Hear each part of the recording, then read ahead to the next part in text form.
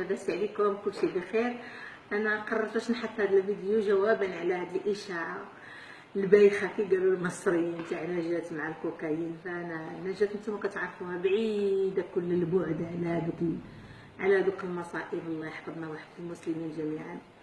حسبي الله ونعم الوكيل في هاد الناس هادو اللي كيطلقوا الاشاعات بحال هكذا خايبين.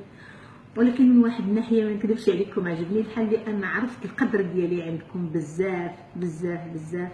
فكنشكركم من اعماق القلب ديالي، كيف كنشكر الصحافه المغربيه وجميع الصحفيين سواء كانوا من المغرب او خارج المغرب. كنقول لهم ما تخافوش، انا ما عمرني ما غنطيح ببلادي ولا بالاخلاق ديالي ولا بحتى شي حاجه. الحمد لله انا كنعرف القدر ديالي وكنعرف كل شيء الحمد لله، وغدا في الطريق المستقيم الحمد لله. اللهم لك الحمد مقابله داري ووليداتي والخدمه ديالي. تحياتي لكم وشكرا.